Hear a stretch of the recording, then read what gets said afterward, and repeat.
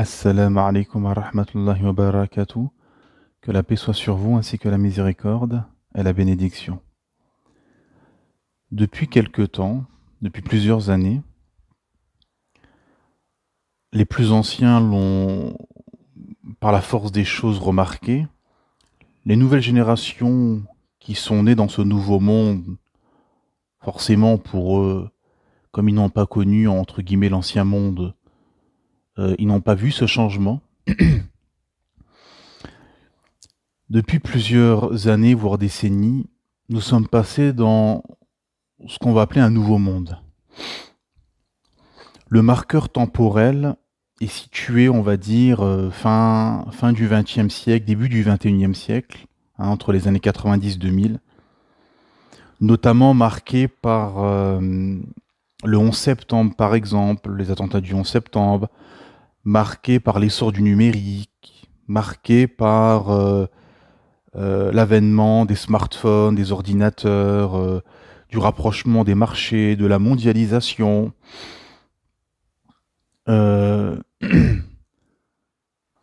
Marqué, surtout en Occident, par l'avènement du féminisme, la détérioration des mœurs, de la famille traditionnelle, l'essor des racailles, des voyous, de l'indécence, de l'impolitesse, des mafias.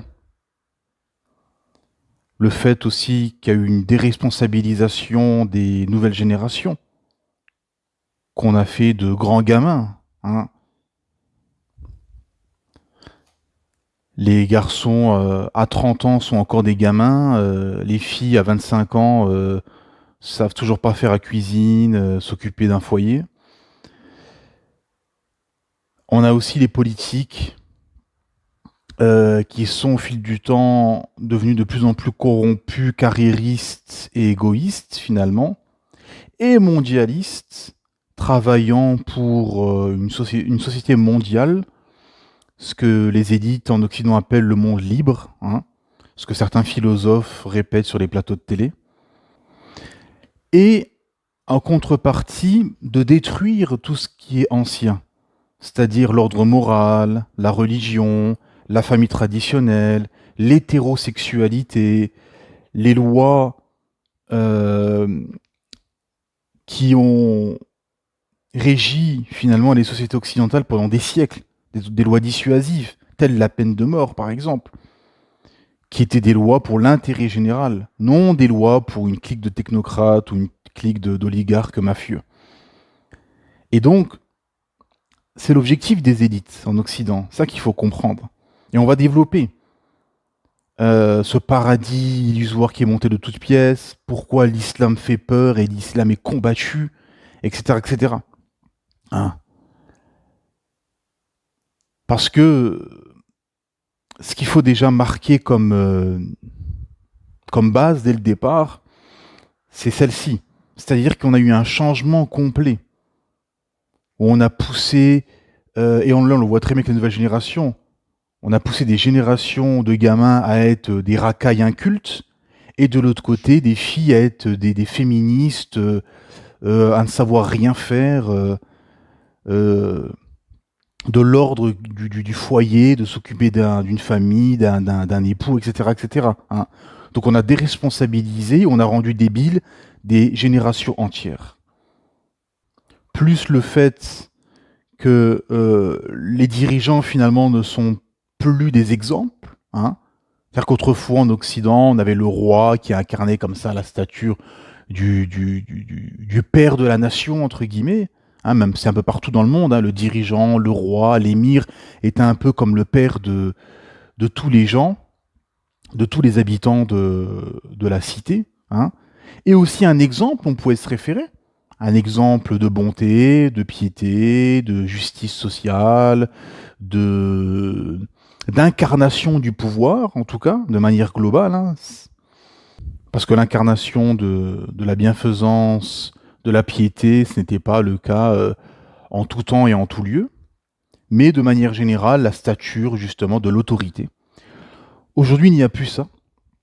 C'est-à-dire que un peu partout dans le monde, mais surtout en Occident, parce que l'Occident, elle est au bout finalement de ce système du dieu homme, c'est que il n'y a plus d'incarnation du pouvoir. Et on le voit très bien par exemple en Occident. C'est un gros bateau comme ça, avec des villes références, hein, Londres, Washington, Bruxelles, Tel Aviv, etc. Sydney, qui sont un peu des capitales du monde occidental, où tout se joue, soit au niveau monétaire, au niveau sociétal, au niveau économique, au niveau des lois, au niveau de ce qui se décide, hein. C'est pour ça, comme on l'a précédemment expliqué dans l'intervention sur les législatives françaises, c'est que les policiers n'ont plus de pouvoir, tout est décidé en amont, tout se décide ailleurs des États membres de l'Union européenne, il n'y a plus de souveraineté. Des États membres de l'Union européenne, il n'y a plus de souveraineté et il n'y a plus d'incarnation du pouvoir en fait. Hein. C'est-à-dire qu'il n'y a plus de chef. Il n'y a plus de chef. C'est pour ça d'ailleurs qu'il y a beaucoup de femmes en politique d'ailleurs. Quand le pouvoir se dilue et qu'il n'y a plus forcément besoin de grands chefs de guerre ou de grands dirigeants, à ce moment-là, pour maintenir cette illusion que tout le monde peut être au pouvoir et tout le monde peut avoir finalement les épaules, eh ben on met n'importe qui. Hein. Et on le voit très bien. On met des femmes dans les armées, par exemple, avec tout, ben, ce qui n'est pas dit, hein, dans les armées en Occident, il y a beaucoup de femmes qui sont violées, agressées, etc., parce que forcément, ça n'a pas de sens de mettre des femmes et des hommes mélangés, encore plus dans une armée, hein, qui est quelque chose de viril, c'est-à-dire il faut sortir de cette mentalité gauchiste, occidentale. On est tous pareils, tous égaux. Non, non, non, non. On n'est pas pareil. Quand une femme va chez le coiffeur, elle veut pas avoir d'homme parce que c'est quelque chose de féminin. Hein. Quand une femme, elle a besoin de la police, elle veut des hommes costauds qui viennent la défendre. Hein. C'est inéluctable, c'est une réalité. Loin des utopies, des fantasmes, ce qu'on veut faire croire aux gens. Et on l'a très bien vu en Ukraine. Hein. On a endoctriné des générations de filles avec Hollywood, les films. Oui, tu peux être une combattante, tu peux être une héros, tu peux être au niveau des hommes, etc. Et finalement, quand il y a eu la guerre, par exemple en Ukraine, ben, toutes les femmes et les enfants étaient sur la route de l'exode pour quitter l'Ukraine et on a laissé les hommes entre 16 ans et 60 ans aller au combat. Et les vieillards, les enfants, les femmes, les veufs, les orphelins sur la route de l'exode. Voilà la réalité. Hein, faut pas se mentir. Et donc, il y a eu tout ce travail de destruction finalement, d'ordre établi qui a fait loi et qui a fait foi pendant tous les siècles, dans toutes les sortes de l'humanité. Hein. La femme était à sa place, l'homme était à sa place, il y avait une hiérarchie, il y avait un ordre, il y avait de l'autorité, il y avait une morale, etc. etc. Hein. Et à partir du moment où on a basculé un peu dans ce nouveau monde de mondialisation, de numérisation, d'américanisation des esprits, de racaillisation des esprits, de LGBTisation des esprits, de perversion des esprits, etc., etc. Oui, effectivement, et en même temps le rejet de tout ce qui était ancien, de dire que c'est fini, c'est moyenâgeux, c'est barbare et compagnie, compagnie. On arrive à finalement à l'état actuel des choses. C'est-à-dire ce qui a été voulu par les élites finalement, de détruire, mais pas comme on l'entend souvent. On entend souvent les gens dire oui, les élites veulent détruire la société. Non, ça n'a aucun sens. On entendait parfois Macron avec la dissolution de l'Assemblée nationale, etc., ce qui s'est passé en France. On entendait oui, Macron veut, bon, Macron déjà il a pas de pouvoir, donc il peut ne rien faire. Bon, déjà commencer par la phrase en disant Macron veut faire ça. Non, c'est des élites derrière. C'est des forces en présence qui, en amont, ont un agenda établi. Hein. Les politiciens sont juste là pour décorer l'agenda. Mais on entendait souvent, oui, les élites, les politiciens veulent détruire la société, veulent le chaos, etc. Non, ça n'a aucun sens. Pourquoi ils voudraient le chaos? Ils sont gagnants du système. Et c'est pour ça et aussi on va venir par rapport au combat contre le système, c'est pour ça que tous les prophètes ont été combattus finalement. Parce que des élites, des systèmes, des empires ont un agenda, ont un projet de société, un projet de vie, un système établi en amont. Et ils ne veulent pas que ça change. Les élites ne veulent pas que ça change. Les pauvres, peu importe dans quelle société ils sont pour que ça change parce qu'ils sont pauvres, ils sont tout en bas de la société, ils sont perdants du système dans lequel ils évoluent. Mais les élites, non, ils sont gagnants. Pourquoi ils veulent que ça change? Vous avez des pays très très pauvres et vous avez des élites, des dirigeants qui sont ultra riches. Mais ils en ont que faire que ça change. Ils veulent pas que ça change parce qu'ils sont riches, donc ils s'en foutent que le peuple soit pauvre ou riche. Vous comprenez? À part pour ceux, bien évidemment, les bien guidés qui craignent Allah subhanahu wa ta'ala, qui veulent le bien pour leurs frères et leurs sœurs et leurs concitoyens. Mais sinon, non. C'est ça qu'il faut comprendre en amont. La réalité. Donc non, il y a ce côté destruction, mais il y a à l'inverse, et en contrepartie, le côté de amener un nouvel ordre mondial, comme on l'entend souvent, hein, le nouvel ordre mondial. Et c'est là où on arrive au paradis illusoire. Parce qu'on entend souvent des mots comme ça balancés, mais il n'y a pas d'explication derrière. C'est quoi le nouvel ordre mondial? Moi, je vais vous expliquer c'est quoi le nouvel ordre mondial. Et la France est un laboratoire magistral pour exposer finalement le plan des élites. Ce que je l'ai posté, ce que beaucoup d'entre vous l'ont vu sur Twitter ou sur YouTube, je l'ai posté sur Twitter, je l'ai tweeté sur Twitter, en expliquant en gros globalement les 4 étapes de la destruction de la France d'antan. C'est-à-dire que la France chrétienne, catholique, dont beaucoup de patriotes français se vantent. Hein. Et donc beaucoup sont dégoûtés, on les voit faire le tour de live YouTube, de space Twitter, de plateau télé, de radio, etc. Partout pour déplorer finalement cette France qu'ils ont connue et qui aimerait bien revenir, mais qui ne reviendra plus jamais. C'est fini. Et on va expliquer pourquoi. Et cette destruction française, finalement, s'est déroulée en 4 étapes, globalement. Il y a eu la première étape, c'est-à-dire l'élimination de l'ordre établi. C'est-à-dire qu'en 1789, il y a eu la Révolution française. En 1793, 4 ans plus tard, on coupe la tête du roi. Donc en coupant la tête du roi, c'est tout un mythe qui s'effondre en fait. C'est la royauté que les révolutionnaires ont voulu couper finalement. Parce qu'à partir de là, c'est fini. C'est-à-dire qu'une fois que tu coupes la tête du roi, que le vil peuple finalement détrône le roi et le lapide, eh ben, ça a été la fin. Et d'ailleurs, il y a quelques mois en arrière, et j'avais trouvé ça pertinent, un prêtre français avait diffusé comme ça un tweet sur Twitter, en expliquant ceci, en disant que en coupant la tête du roi, on a coupé la tête de l'autorité et finalement du père. En quelque sorte, et j'ai trouvé ça pertinent et c'est vrai. C'est-à-dire que, comme j'expliquais en amont, le dirigeant est un peu le père de la nation, le représentant finalement de l'autorité, de la hiérarchie, etc.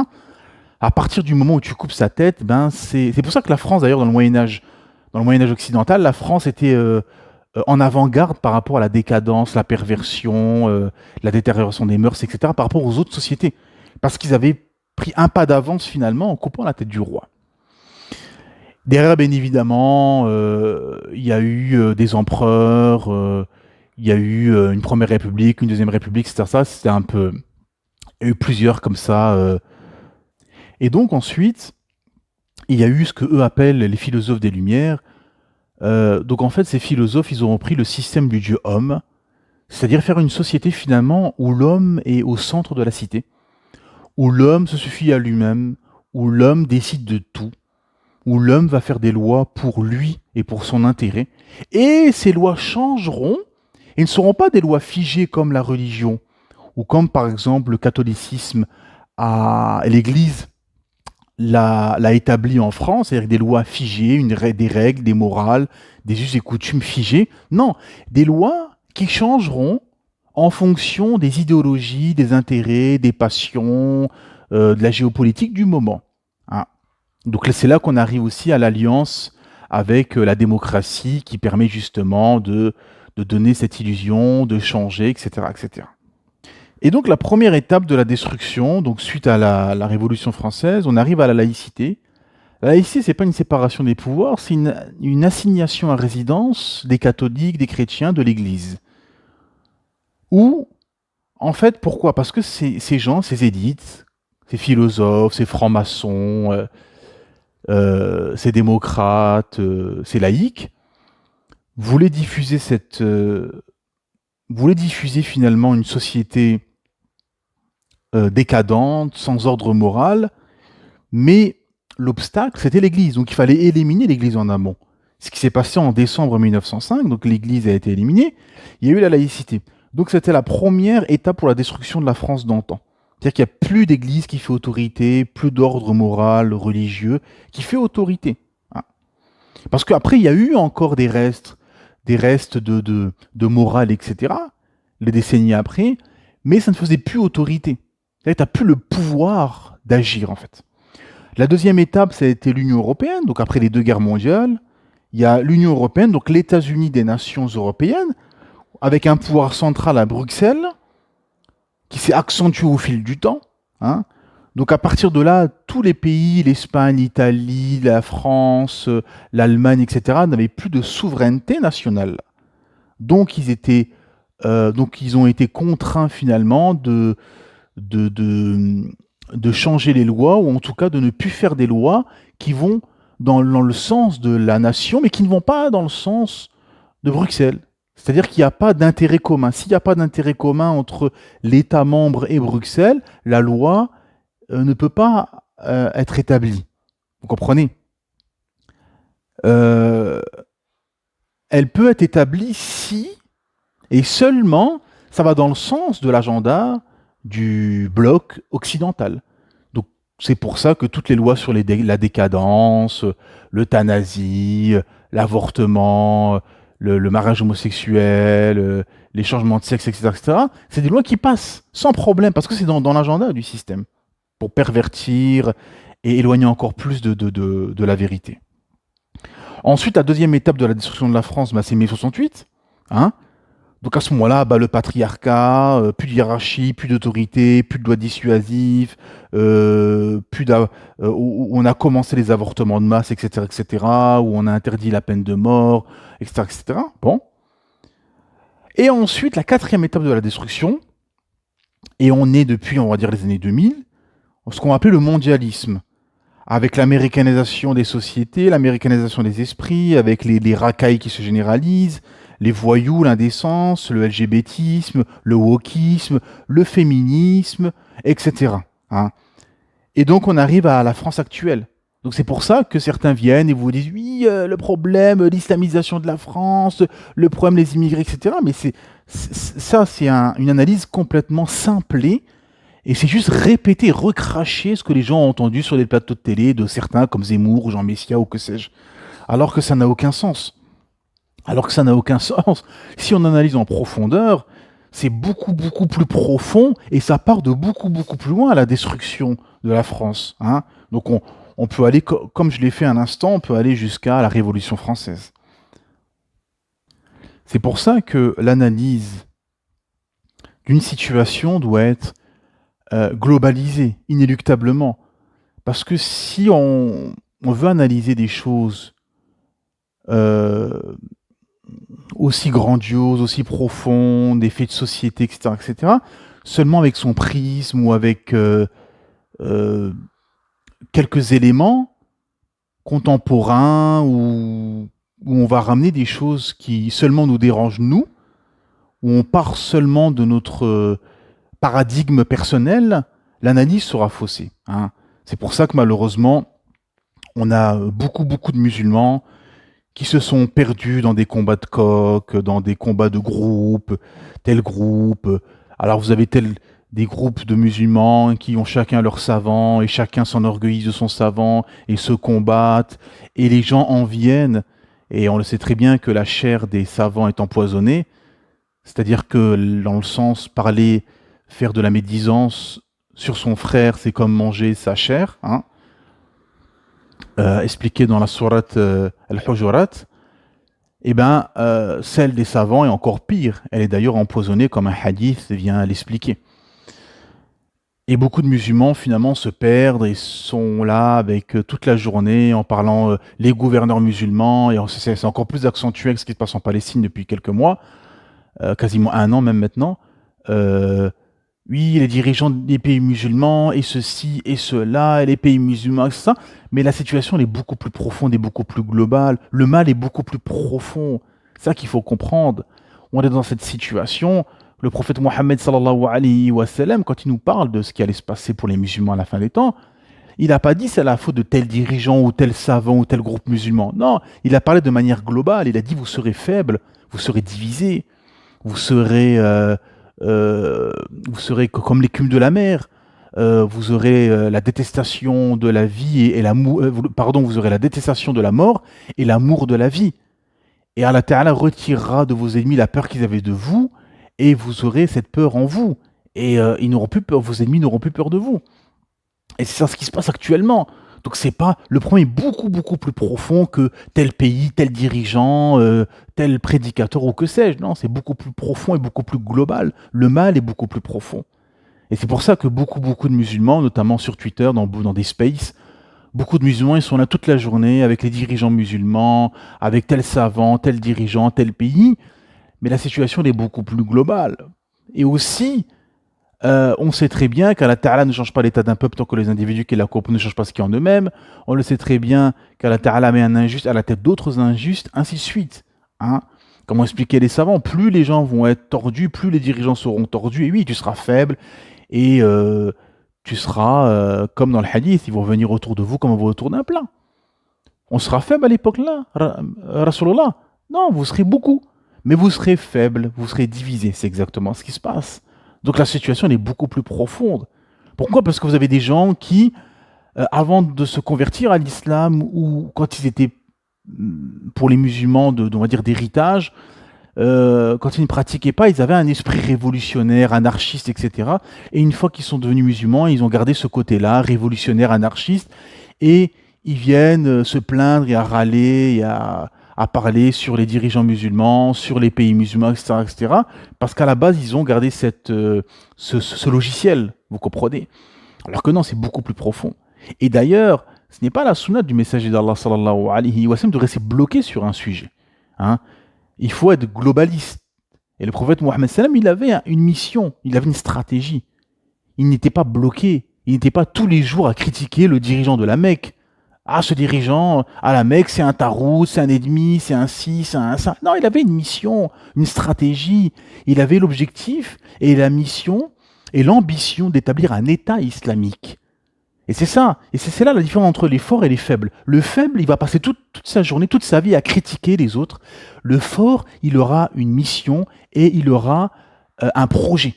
Vous comprenez? Il va avoir un projet et il va se donner les moyens de ce projet. Et le faible, il va passer toute sa vie et toute sa journée à critiquer tel gouverneur, critiquer tel pays, critiquer tel groupe musulman, critiquer tel savant musulman, critiquer telle chose, et ils sont à côté étudier la science islamique, sans lire le Coran, sans faire des actes d'adoration, sans faire des actes de bienfaisance, sans donner aux pauvres, sans jeûner, sans établir un projet viable, etc., etc. Et c'est là qu'on voit on voit la perdition finalement de ces musulmans. Hein. C'est pour ça il faut faire attention, mes frères et sœurs, de ne pas se perdre en cours de route et de suivre des fausses pistes finalement. Suivre des pistes en fait qui vont te mener juste à des combats de coq, à des comment dire, à des petits combats, euh, des petits combats marginaux qui ne sont pas pertinents dans l'objectif et dans l'établissement du retour d'un empire musulman. Parce que tout musulman sincère a comme objectif et veut, dans son fort intérieur, du moins, le retour d'un empire musulman fort, dominant, sous gouvernance islamique. Sinon, le musulman qui ne veut pas ça, c'est qu'il est hypocrite et c'est qu'il se ment à lui-même. Hein. Et après, bien évidemment, la destruction de tout ce qui était établi, on arrive au nouvel ordre mondial qui est ce paradis illusoire finalement. Un paradis illusoire où le travail est érigé en divinité, où le travail est divinisé, où tout le monde doit travailler. Les hommes, les femmes, les enfants, les vieillards. Vous avez même maintenant des gens qui sont à la retraite qui continuent à travailler. Et c'est devenu... Et c'est contradictoire à ce qu'Allah subhanahu wa ta'ala nous dit dans le sens du rizq, de la subsistance. Où notre subsistance a été préétablie et prédestinée par notre Créateur Allah subhanahu wa ta'ala. Bien évidemment, il y a des causes. On vit dans un monde de causes et effets. Mais il ne faut pas que ces causes te fasse perdre ta vie et te fasse transgresser les lois d'Allah subhanahu wa ta'ala. Hein. Et ce travail est devenu une sorte d'esclavage moderne.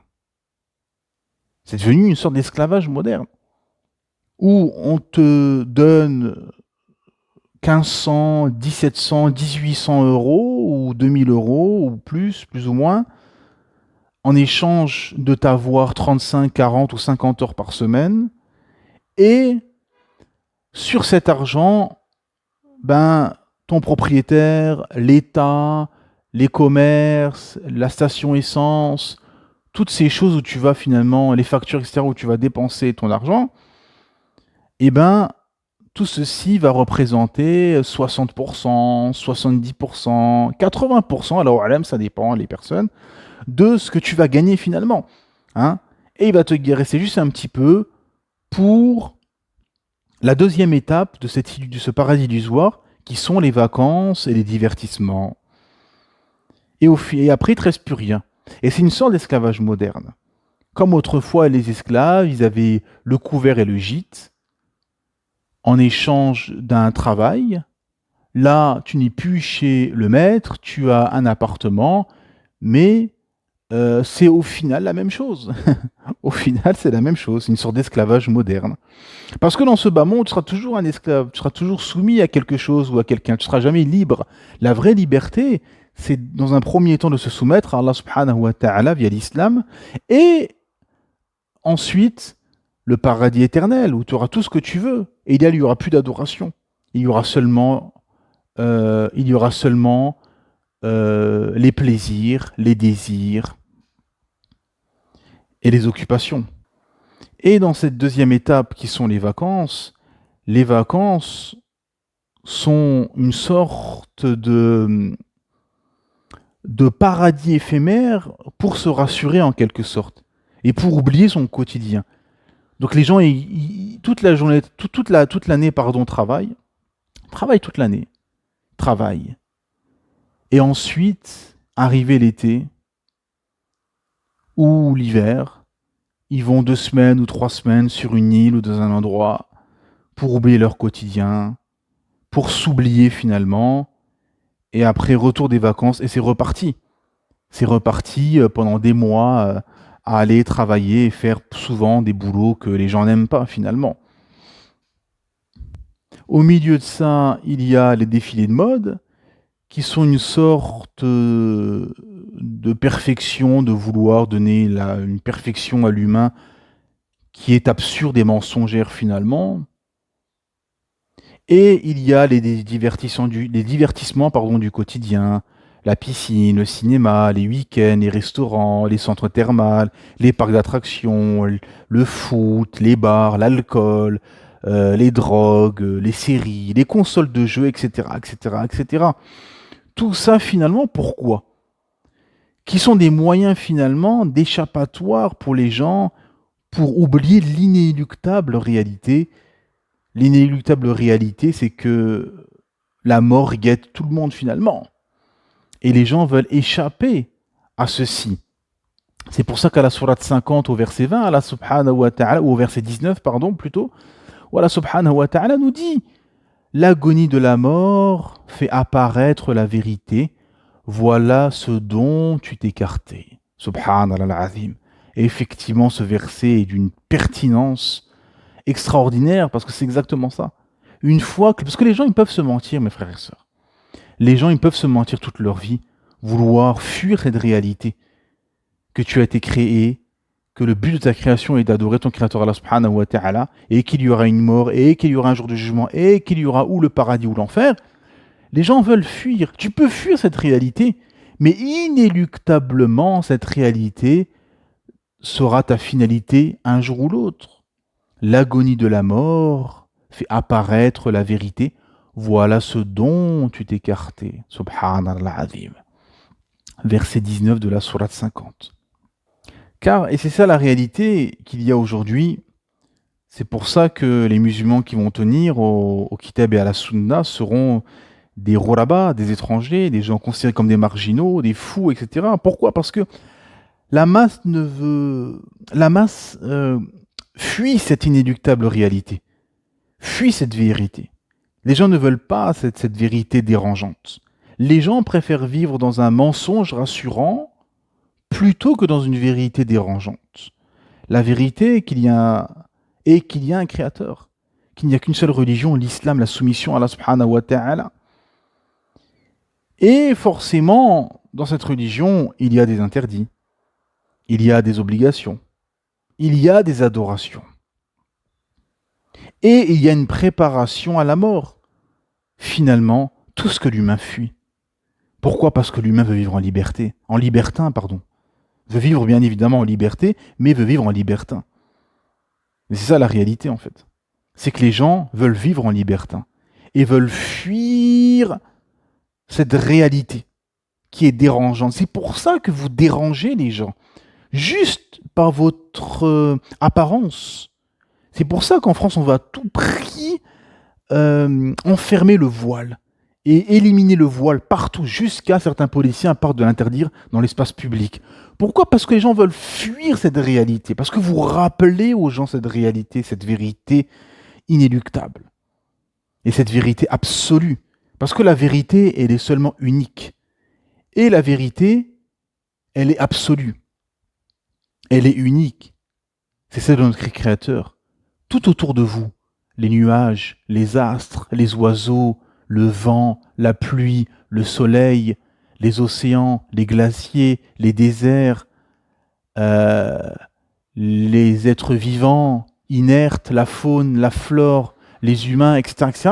Tout ceci a été créé par un seul créateur, Allah subhanahu wa ta'ala, et qui a révélé une seule religion, un seul dogme, une seule aqida, un seul minhaj, un seul chemin à suivre, qui est l'islam, le Coran et la sunna de son messager sallallahu alayhi wa sallam. Elle est là l'unique et seule vérité absolue. Et pour se détourner de cette vérité, parce que les gens ont fait allégeance, Allah subhanahu wa ta'ala nous explique ceci. Quand Allah ta'ala a pris du dos d'Adam, toute sa descendance, et toute sa descendance a fait allégeance à Allah subhanahu wa ta'ala. Vous qui m'écoutez, moi, tout le monde, le plus athée des athées, il a fait allégeance à son créateur Allah subhanahu wa ta'ala, mais il a oublié. Il est parti dans le ventre de sa mère, son âme est partie dans le bébé qui s'est développé dans le ventre de nos mères respectives.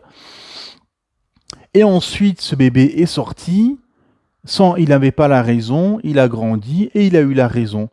Et entre-temps, il a oublié qu'il a fait allégeance à son créateur Allah subhanahu wa ta'ala. Et c'est pour ça qu'un des noms du Coran, c'est Al-Dhikr, le rappel. Pourquoi? Pour rappeler ce livre, cette parole de ton créateur Allah subhanahu wa ta'ala, le Coran, est un rappel à l'univers, est un rappel pour toi, pour te rappeler que tu as été créé par ton créateur Allah subhanahu wa ta'ala, pour te rappeler que tu es le descendant de Adam et Ève, tu n'es pas un singe issu d'une évolution hasardeuse, wal'iyadu billah. Non, tu es le descendant, tu es un bani Adam, tu es un enfant d'Ève. Ta mère est Ève, Hawa, que la paix soit sur elle, et Adam, Adam, que la paix soit sur lui. Voilà les deux premiers êtres humains qui sont apparus, qu'Allah Ta'ala a créé Adam, ensuite il a tiré de ses côtes son épouse, Ève, et ensuite, quand ils sont sortis du paradis, sont descendus dans ce bas monde, à ce moment-là, ils ont diffusé la race, entre guillemets, humaine, ont diffusé les humains. Et c'est là qu'on arrive à pourquoi finalement les élites veulent maintenir les gens dans le mensonge et veulent pas que les gens viennent à cette réalité, cette vérité absolue, pour maintenir les gens dans l'ignorance, pour maintenir les gens dans le mensonge, dans l'égarement, pour maintenir leurs petites affaires. C'est pour ça, par exemple, que les Qurayshites, la tribu du 7e siècle à la Mecque, a combattu le prophète Mohammed sallallahu alayhi wa sallam. Pourquoi? Parce que c'était un changement de société qui les attendait. Et eux, ils ne voulaient pas. Pareil pour Pharaon. Il ne voulait pas changer son royaume égyptien du dieu homme pour un système de monothéiste et de monothéisme et de soumission à un Dieu unique, le Tawhid. Tous ces gens ont combattu le Tawhid, l'unification divine, Pourquoi? Parce que dès qu'il y a le tawhid, il y a un pouvoir central qu'on lègue à notre créateur Allah subhanahu wa ta'ala, qu'on lègue dans le sens où tu as le choix d'appliquer la loi d'Allah ta'ala ou de ne pas l'appliquer. Mais par contre, si tu ne l'appliques pas, grand danger dans ce bas monde et l'enfer pour l'éternité dans l'au-delà. Parce que à ce moment-là, tu es un tarout. Tu es ce qu'on appelle, tarout vient du mot tara, c'est-à-dire qu'il a dépassé, il a outrepassé les règles d'Allah subhanahu wa ta'ala. Il est parti au-delà, c'est-à-dire qu'il s'est érigé en divinité comme Pharaon et il a accepté, et il a voulu être divinisé. Parce qu'il ne faut pas confondre avec, par exemple, des honorables créatures comme Jésus, Isa alayhi salam, qui est érigé comme divinité par les créatures, mais lui, non, il n'est pas d'accord avec ceci. Ils ont fait ça après lui. Lui, il a diffusé le message du tawhid, de la soumission à Allah subhanahu wa ta'ala. Jésus était musulman. C'est pour ça qu'on a ce verset où Allah ta'ala lui demandera, est-ce que c'est toi et ta mère qui avez diffusé cette idée, en gros, d'être adoré en dehors de moi? Bien évidemment, Isa répondra bien évidemment que non, et tu sais très bien. Et en effet, Allah subhanahu wa ta'ala est omniscient et omniprésent. Et il connaît très bien ses serviteurs qui sont sincères et qui sont hypocrites. Et Isa alayhi salam est divinisé, mais il n'est pas d'accord avec ceci. Au contraire, donc ce n'est pas un tarout, wal'iyadu billah. Le tarout, c'est par exemple Pharaon, qui a voulu être adoré en dehors d'Allah et qui a dit « Je suis votre Seigneur ». Et le tarout peut être celui qui fait des lois autres que celles d'Allah subhanahu wa ta'ala. C'est-à-dire qui rend halal ce qu'Allah ta'ala a rendu haram ou qui rend haram ce qu'Allah ta'ala a rendu halal wal'iyadu billah, qu'Allah subhanahu wa ta'ala nous en préserve. Et donc, à travers le temps, c'est ce qui a toujours été le cas des élites, c'est-à-dire qu'ils ont voulu empêcher cette vérité, ils ont voulu fermer la bouche aux prophètes qui sont venus avec le message de vérité, et certains les ont tués, certains ont voulu les tuer comme Isa alayhi salam, Jésus, qui n'a pas été tué sur la croix, c'est un faux semblant qui est à sa place, il a été élevé, et il reviendra à la fin des temps, et on va y venir, pour tuer l'antéchrist et se désavouer de ceux qui l'ont érigé en divinité, et de ceux qui se sont réclamés de lui, c'est-à-dire les chrétiens, et ce qu'on explique à nos amis chrétiens, qu'il faut qu'ils se répandent de cette hérésie, de cet égarement, que Isa alayhi salam n'était qu'un prophète et qui est venu avec le message de vérité, qui est la soumission à Allah subhanahu wa ta'ala, qui est l'islam. Et Jésus, Isa alayhi salam, était musulman et il a annoncé l'avènement du dernier messager qui est venu 6 siècles après lui, le prophète Mohammed sallallahu alayhi wa sallam. Et beaucoup de rabbins et de prêtres versés dans la science de l'évangile et de la Torah ont reconnu la véracité du dernier messager, le prophète Mohammed sallallahu alayhi wa sallam, qui a été envoyé pour toute l'humanité. Et sa loi, la loi avec laquelle il est venu, le Coran et la Sunna, loi qui doit être appliquée par tout le monde, sans exception pour toute l'humanité, et le dogme, la religion, l'islam, à suivre pour toute l'humanité. Et aujourd'hui, dans cette époque, il y a un autre moyen que les élites et que les Satan et les suppôts de Satan utilisent et ont utilisé pour égarer du sentier d'Allah subhanahu wa ta'ala, qui sont via les outils numériques, qui sont les films, les dessins animés et les séries. Vous savez, à travers le monde, que ce soit à Paris, à Rio, à Oslo, à Tunis, à Tokyo, à Los Angeles, à Madrid, à Sydney, à Londres, en Afrique du Sud, en Chine, partout dans le monde, les gens regardent des séries. Vous avez des milliards et des milliards d'êtres humains qui regardent des séries. Et toutes ces séries, avec des acteurs locaux, avec des langues locales, avec adaptées finalement à la localité, eh ben, sont un moyen pour les élites d'endoctriner les gens, notamment pour la diffusion du féminisme. La diffusion du féminisme, en partie largement, s'est diffusée via le cinéma et les séries. On le voit très bien, l'évolution. C'est-à-dire que dans les années 70, 80, la femme était souvent en retrait, le rôle qu'elle avait dans la société de l'époque, plus à la maison, en retrait, et surtout, il n'y a pas d'homosexuels. Aujourd'hui, la femme est en avant, la femme est au-dessus de l'homme, il y a des homosexuels. Voilà, on a normalisé toutes ces choses-là. Le féminisme, l'homosexualité, l'indécence, les racailles, etc., etc., la corruption, etc. Parce que vous croyez quoi? Vous croyez que les élites, ils ne savent pas? Ils savent très très bien que les gens, que des milliards d'êtres humains à travers le monde, le soir, après leur journée de travail ou autre, quand ils rentrent le soir, qu'ils se mettent devant leur télé. C'est pour ça que la télé, euh, est- comme a dit Sheikh Al-Albani, rahimahullah, c'est shaitan que tu rentres chez toi. Et notamment, les savants ont fait le tafsir d'un hadith où Rasulullah sallallahu alayhi wa sallam dit que il y aura une fitna qui sera dans chaque porte du musulman. Chaque porte du musulman aura cette fitna. Et les ulama ont fait le tafsir en expliquant que c'était la télé. On peut bien évidemment faire l'analogie aujourd'hui avec les smartphones, les écrans, etc. etc. Mais surtout la télé, parce que le smartphone, tu peux faire plein de choses avec. Tu peux aller sur ton compte bancaire, tu peux envoyer des mails, tu peux écouter un prêche de savant. T'as une palette de choix. Contrairement à la télé où c'est les gens derrière qui imposent finalement le programme et qui imposent l'agenda, hein, qui imposent ce qu'ils veulent diffuser dans l'esprit des gens.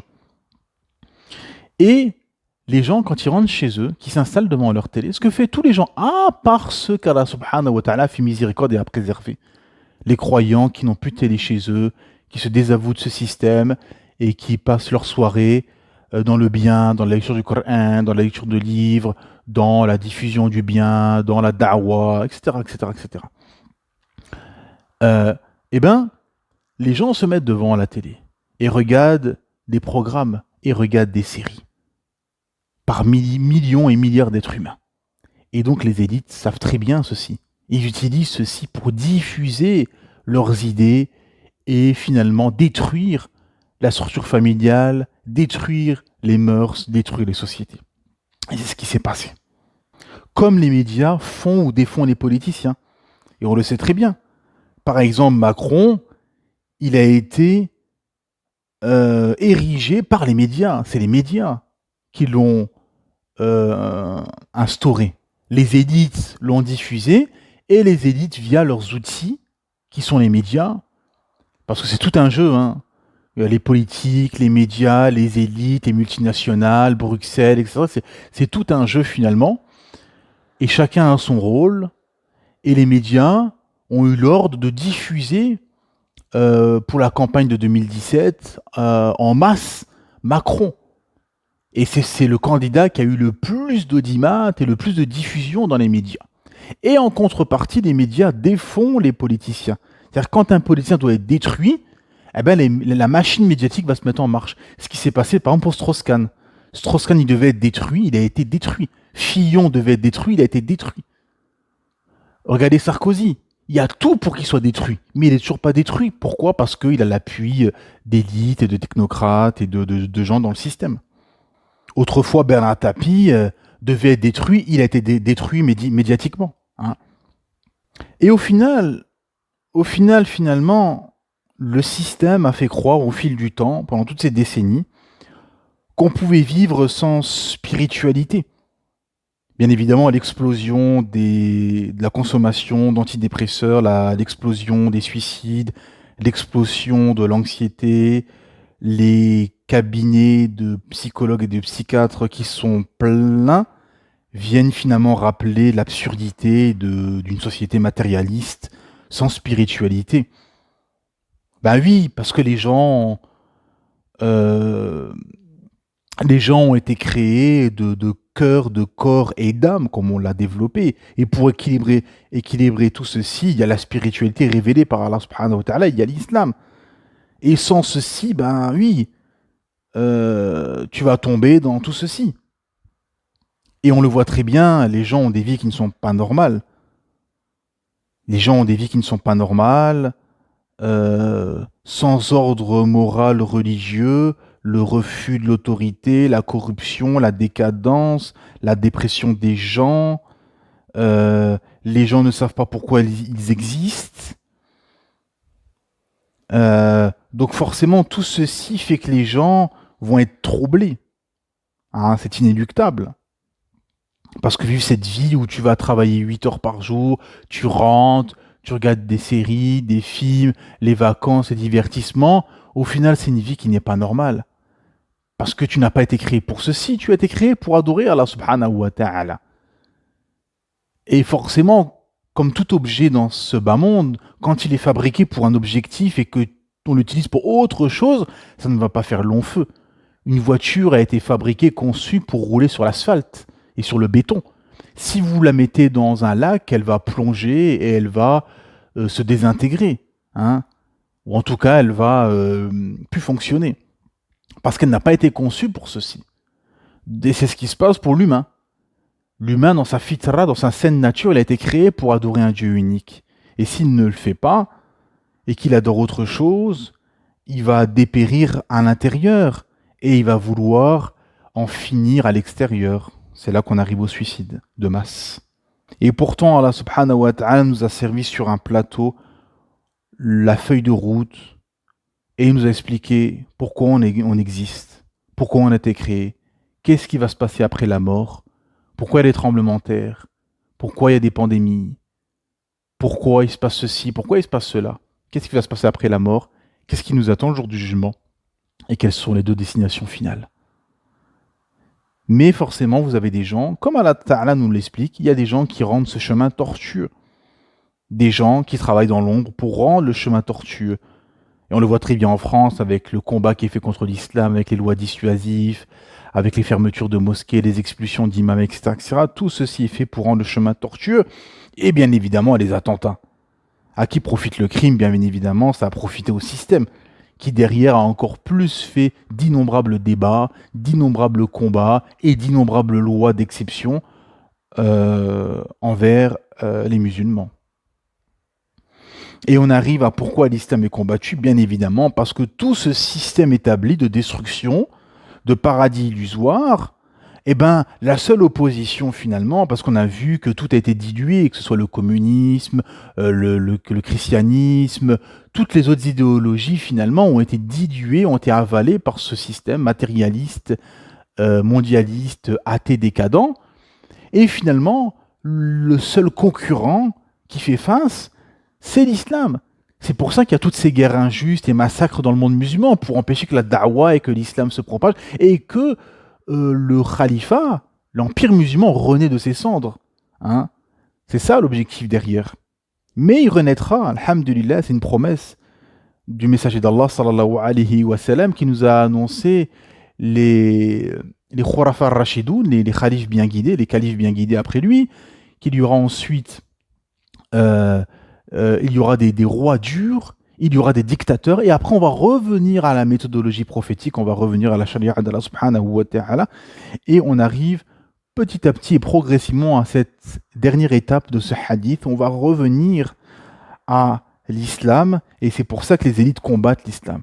Car ils ne veulent pas changer de société, ils ne veulent pas changer de système, comme les Qurayshites, comme à Sodome et Gomorre, comme Pharaon, comme les Had, comme les Samoud, comme le peuple de Noé, ainsi de suite. Les gens ne veulent pas, ils veulent leur système corrompu de shirk, d'associationnisme, de paganisme. Ils ne veulent pas la loi d'Allah subhanahu wa ta'ala, parce que c'est ça le fond. Parce que les gens, et on le voit très bien chez beaucoup de musulmans, les gens, ça ne les dérange pas, un Dieu créateur. Par contre, un Dieu législateur qui légifère, là, ça dérange. Là, ça dérange les gens parce que vous dérangez le quotidien et les petites habitudes et les petites passions des uns et des autres. Elle est là la réalité, mes frères et sœurs. Et donc, les élites veulent maintenir cette société finalement décadente, sans âme, et maintenir les gens dans le mensonge. C'est ça la réalité, mes frères et sœurs. C'est pour ça que vous qui n'êtes pas musulmans et qui m'écoutez, réveillez-vous, repentez-vous, revenez à votre Créateur Allah subhanahu wa ta'ala qui vous a promis un paradis aussi large que le ciel et la terre. Et ces gens, ces élites, veulent maintenir la population dans le mensonge, dans les vices, dans la corruption. Regardez pourquoi en France, par exemple, l'alcool est toujours pas interdit alors qu'on le sait très bien que ça, il y a des ravages. Oui, l'État gagne, mais certains économistes ont fait une comparaison et ont vu que à peu près l'alcool rapportait 13 milliards à l'État français et les frais médicaux derrière suite à l'alcool coûtaient 16 milliards. Donc il y a plus de dépenses que de gains. La cigarette, les jeux d'argent, ainsi de suite, ils vous le disent eux-mêmes. Quand vous avez des pubs partout, sur YouTube, sur les panneaux publicitaires dans la rue, partout, partout, dès que vous avez une pub pour l'alcool ou pour les jeux d'argent ou pour la cigarette, maintenant il n'y a quasiment plus de pub pour la cigarette, mais surtout pour l'alcool ou les jeux d'argent, en bas, dans des bandons, on diffuse. Attention, ça mène à la dépendance, ça mène à l'isolement, ça mène à la dépression, etc., etc. Ils vous le disent que c'est pas bon. Mais pourquoi ils ne l'interdisent pas? Et c'est là où on voit la justice de l'islam et la logique intemporelle de l'islam. C'est que tout ce qui est mal, l'islam le repousse. Tout ce qui est bien, d'accord. Tout ce qui est mal, Allah subhanahu wa ta'ala nous dit non. Stop. Dans l'alcool et les jeux d'argent, il y a quelques biens, mais le mal est plus grand, le péché est plus grand. Donc on s'éloigne. Et d'ailleurs, les savants ont utilisé ce verset comme règle juridique, c'est-à-dire que tout ce qui est mal, ou toute chose où il y a plus de mal que de bien, eh ben on la repousse. C'est-à-dire que n'importe quelle chose nouvelle qui va être inventée, s'il y a plus de mal que de bien, à ce moment-là, elle devient, il faut la repousser et elle devient même haram dans certains cas, parce que c'est dangereux pour les gens. Contrairement à ces sociétés qui ne veulent pas ceci, qui veulent diffuser le haram, qui veulent diffuser la décadence, les vices, pour maintenir les gens sous dépression, sous mensonge, sous esclavage. C'est ça la réalité. Les gens sont esclaves de leur casino, les gens sont esclaves de leurs cigarettes, les gens sont esclaves de leur alcool, les gens sont esclaves du foot, les gens sont esclaves de leurs séries, les gens sont esclaves de tous ces divertissements, les gens sont esclaves des vacances. On voit maintenant des filles sur Twitter qui disent je n'épouserai pas un homme s'il ne veut pas faire de vacances. Donc en gros, tu es devenu l'esclave des vacances. Tu deviens l'esclave en fait de ta passion du moment où dans ton cœur, dans ton âme, au plus profond de toi, tu n'as pas mis ton créateur au-dessus de tout. Tu n'as pas mis sa religion au-dessus de tout. À ce moment-là, tu deviendras esclave des divertissements et de ton quotidien. Voilà la réalité, mes frères et sœurs. Et ceux qui s'accrocheront à la vérité, alhamdulillah, ils seront libres de tout. Ils seront libres spirituellement, libres économiquement, libres intellectuellement, libres sociétalement. Bien évidemment, alhamdulillah. Et tu es dans un cheminement perpétuel, tu es dans un processus de transcendance envers ton Créateur, Allah subhanahu wa ta'ala, tout ce que le système ne veut pas. Parce que le système ne veut pas que tu t'échappes. Ils veulent capturer ton âme, ils veulent te rendre esclave du système. C'est ça la réalité, mes frères et sœurs.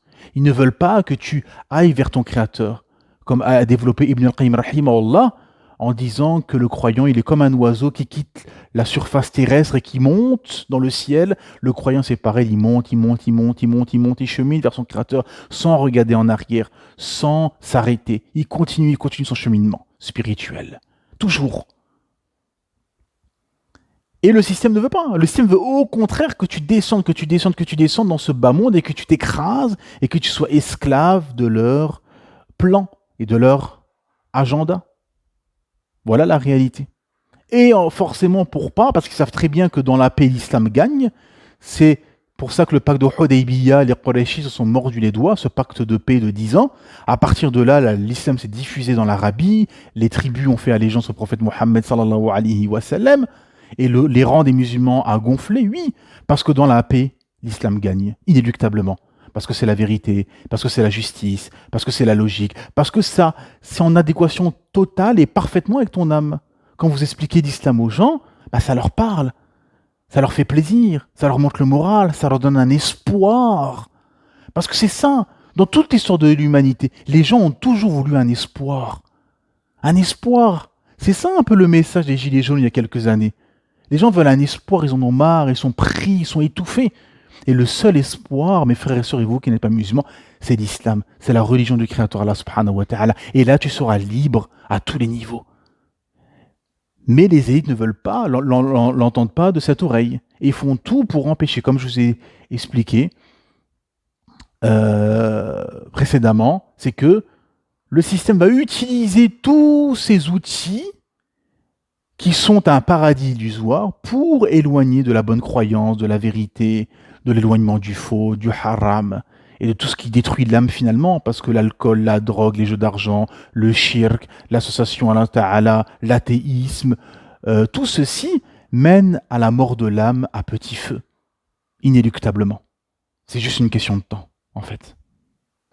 Et dans tout ça, le croyant qui va s'accrocher à la vérité, bien évidemment, il sera moqué, il sera marginalisé, il sera combattu. Car nous sommes dans cette fin des temps annoncée, et on le voit très bien, parce que beaucoup de gens s'interrogent, mais qu'est-ce qui se passe? Pourquoi il y a ceci? Pourquoi il y a cela? Alhamdulillah. Et cette vérité aussi que les élites ne veulent pas que les gens sachent, c'est que le prophète Mohammed sallallahu alayhi wa sallam nous a laissé un énorme patrimoine par rapport aux signes de la fin des temps. Et d'ailleurs, son avènement a été un signe. L'avènement du dernier messager, du prophète Mohammed sallallahu alayhi wa sallam, est un signe de la fin. Et parmi les signes, et qu'on le voit cruellement, de plus en plus, il y a la disparition de la confiance, il y a la disparition de la science et l'apparition de l'ignorance, la multitude des milices et des partisans des oppresseurs, la propagation de la fornication, la propagation de l'usure, de l'intérêt usuraire, l'usure bancaire, l'apparition des instruments de musique et le fait de le rendre licite, la consommation en abondance du vin et le fait de le rendre licite, l'ornement des mosquées sans vanter, la concurrence dans l'élévation des bâtiments, se concurrencer dans des bâtiments de plus en plus hauts, on le voit, c'est criant dans notre époque. Le fait que l'esclave engendre sa maîtresse, les savants expliqué dans le sens où il n'y aura plus de noblesse, il n'y aura plus de hiérarchie au niveau de la noblesse, tout le monde sera pareil. La propagation du meurtre, jusqu'à le prophète Mohammed sallallahu alayhi wa sallam nous dit que le tueur ne saura pas pourquoi il tue, et celui qui tue ne saura pas pourquoi il a été tué. Le rétrécissement du temps, l'accélération du temps, le rapprochement des marchés, on le voit très bien, aujourd'hui vous pouvez acheter n'importe quoi en Chine, au Brésil ou au Canada. L'apparition du polythéisme dans cette communauté, l'apparition de la turpitude, de la rupture des liens de parenté, du mauvais voisinage. Les vieux se feront jeunes dans le sens où, on le voit très bien avec la chirurgie esthétique par exemple, l'affluence de l'avarice, la profusion du commerce, la multiplication des tremblements de terre, tiens, on en a vu beaucoup ces derniers temps, l'apparition de l'engloutissement, de la transmutation et des pluies de pierre, la disparition des vertueux, l'élévation des hommes les plus vils, la salutation qui ne sera adressée qu'aux gens qu'on connaît, la recherche de la science chez les petits, l'apparition des femmes vêtues mais qui seront nues. C'est-à-dire les femmes seront habillées mais nues, et les savants expliqués dans le sens elles seront habillées serrées, courtes ou transparentes.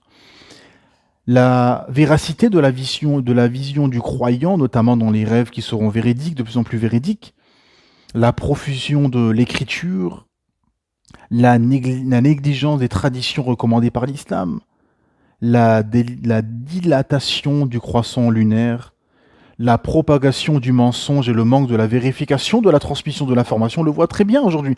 N'importe quelle information est tout de suite rebalancée, retweetée, par exemple sur Twitter, rediffusée sans en vérifier l'authenticité. La propagation du faux témoignage, qui est un grand péché en islam, et la dissimulation du témoignage véridique. Subhanallah al-azim. Le nombre croissant des femmes et la diminution des hommes, l'augmentation de la mort subite. Certains savants ont expliqué par exemple la crise cardiaque, qui est une maladie qui est apparue récemment, où les gens meurent de plus en plus subitement, sans prévenir, ou sans crise cardiaque, même autre chose. L'apparition de l'indifférence entre les gens. La terre des Arabes qui va retrouver ses pâturages et ses ruisseaux, l'abondance de la pluie et le peu de végétation, l'Euphrate qui dévoilera une montagne d'or. Et le prophète Mohammed sallallahu alayhi wa sallam nous a interdit d'aller dans cette terre, de prendre de l'or de l'Euphrate. Pourquoi? Car les gens vont s'entretuer notamment pour cet or. Et là, on rentre dans des signes qui ne sont pas encore apparus. Il y a encore d'autres signes. Et après, il y aura forcément les grands signes, notamment l'avènement de l'imam Mahdi, l'apparition de Masih ad-Dajjal, le faux Messie, ce que les Juifs appellent le Mashiach par exemple, qui viendra, qui sera une grande tentation, où ceux qui ne suivront pas Masih ad-Dajjal seront dans la difficulté financière, n'auront rien à manger parce qu'il aura tout, et ce sera une grande fitna, une grande épreuve, où si tu veux être riche, il faudra se soumettre et accepter et le reconnaître comme Seigneur. Et ceux qui le reconnaîtront comme Seigneur auront tout ce qu'ils veulent. Et ceux qui ne le reconnaîtraient pas, ce sera la difficulté. Et les compagnons ont demandé, mais comment se nourriront les croyants à cette époque? Et le messager d'Allah, sallallahu alayhi wa sallam, a dit, ils se nourriront de dhikr, finalement, la nourriture de l'âme, qui est le dhikr, le rappel. Allahu Akbar, Alhamdulillah, La ilaha illallah, Subhanallah. Et ce sera une grande tentation, parce que des gens, il y a un hadith qui rapporte qu'il verra un bédouin et dira au bédouin, si je te ramène tes parents, qui seront morts, est-ce que tu croiras en moi, que je suis ton Seigneur? Et le bédouin dit oui. Et Dajjal prendra 2 djinns qui se transformeront en ses parents et y croira. Et ce sera une grande tentation, une grande fitna. Et le prophète Mohammed sallallahu alayhi wa sallam nous a dit, sachez que votre Seigneur n'est pas borgne et que lui sera borgne, car en effet, le Dajjal sera borgne. Et notamment les derniers versets de la sourate Al-Kahf, la sourate La Caverne, la sourate 18 est une protection contre son mal. Et le croyant sincère le reconnaîtra et verra entre ses yeux marqué kafir, c'est-à-dire mécréant. Et les gens qui ne seront pas sincères et qui ne voueront pas un culte exclusif à leur Créateur Allah Ta'ala, qui seront hypocrites, se feront avoir. Et derrière, alhamdulillah, après cette fitna, il y aura l'avènement et le retour de Jésus, Isa alayhi salam, qui tuera le faux Messie, qui sera le vrai Messie, et qui sera l'imam des croyants, et qui se désavouera de ceux qui ont menti après lui. Et il y aura bien évidemment la sortie de Yajouj et Majouj, qui est expliquée aussi dans Surat Al-Kahf. Il y aura les 3 engloutissements, il y aura la fumée, il y aura la bête, il y aura le feu qui rassemblera les gens, et le soleil qui se lèvera du couchant. Et ce sera des tentations, ce sera des épreuves pour les croyants, mais ceux qui resteront fermes sur leur din, sur la soumission à Allah subhanahu wa ta'ala, sauveront leur âme et celle de leurs proches. En effet, le prophète Mohammed sallallahu alayhi wa sallam nous dit, vous allez vivre des injustices et des préjudices après moi, patientez jusqu'à ce qu'on se retrouve au bassin. Le bassin est un endroit qui sera proche du paradis, où le prophète Mohammed sallallahu alayhi wa sallam ainsi que les croyants se retrouveront. Bi'idhnillah. Qu'Allah subhanahu wa ta'ala nous facilite, nous maintienne sur ce sentier lumineux et nous fasse mourir croyants, soumis à lui, dans le tawhid, monothéiste.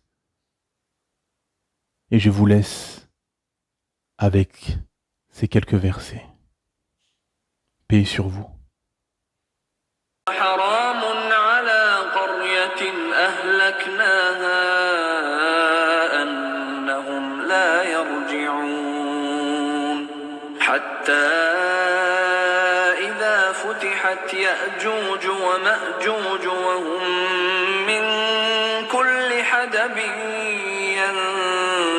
ينسلون واقترب الوعد الحق فإذا هي شاخصة أبصار الذين كفروا يا ويلنا قد كنا في غفلة من هذا بل كنا ظالمين إنكم وما تعبدون من دون الله حصب جهنم أنتم لها واردون لو كان هؤلاء آلهة ما وردوها وكل فيها خالدون لهم فيها زفير وهم فيها لا يسمعون إن الذين سبقت لهم منا الحسنى أولئك عنها مبعدون لا يسمعون حسيسها وهم فيما اشتهت أنفسهم خالدون لا يحزنهم الفزع الأكبر وتتلقاهم الملائكة هذا يومكم الذي كنتم توعدون. Il est défendu aux habitants d'une cité que nous avons fait périr de revenir à la vie d'ici-bas, jusqu'à ce que soient relâchés les Yadjuj et les Madjuj, et qu'ils se précipiteront de chaque hauteur. C'est alors que la vraie promesse s'approchera, tandis que les regards de ceux qui ont mécru se figent.